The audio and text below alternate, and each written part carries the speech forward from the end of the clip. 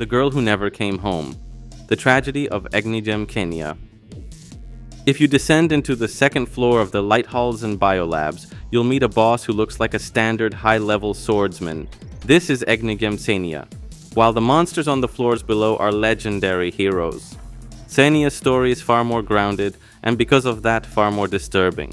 She wasn't a legend. She was an innocent traveler who became the victim of the greatest corporate crime in the history of Midgard.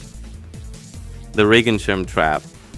According to the Edda Biolabs lore and the original friendship quests, Xenia was a bright, energetic swordsman who traveled to the Republic of Schwarzwald with her merchant companion Armeier Dinse and their small party.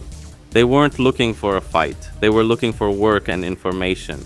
The tragedy began when they were lured into the Regenschirm Research Institute under the guise of a routine physical examination for new workers.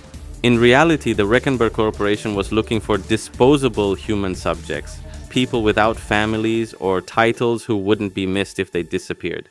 Xenia and her friends were the perfect candidates.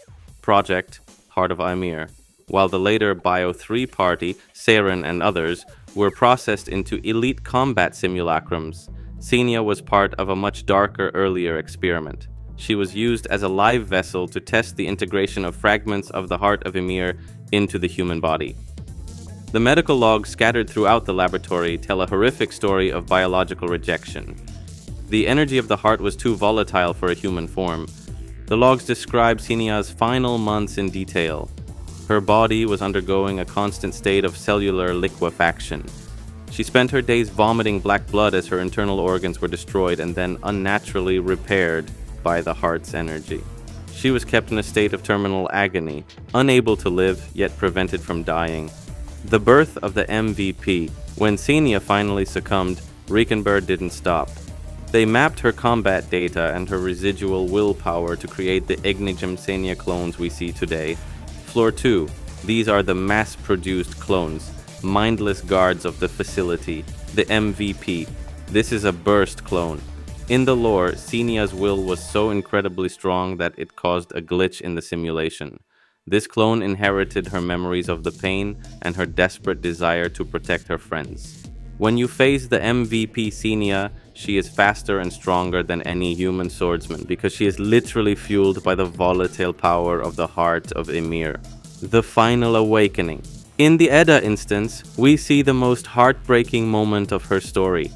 For a brief second during a containment breach, Xenia's consciousness awakened within her simulated form. She realized she was no longer human, that her friends were dead, and that she was a monster. In a final act of vengeance, she used the very power that killed her to lash out at her captors before her form finally dissipated. For every player who encounters her in the labs, WXXBPQAKKR is a reminder of the true cost of Reichenberg's progress. She wasn't a hero who died in battle, she was a girl who wanted to see the world and ended up as a biological waste product in a corporate morgue. She remains the tragic girl in the lab, a ghost of the life she should have had. If you enjoyed this video, please subscribe to my channel. You will find lots of Ragnarok Online content here. Also, check out the description box under this video. You will find a link to the official Ragnarok Zero global server.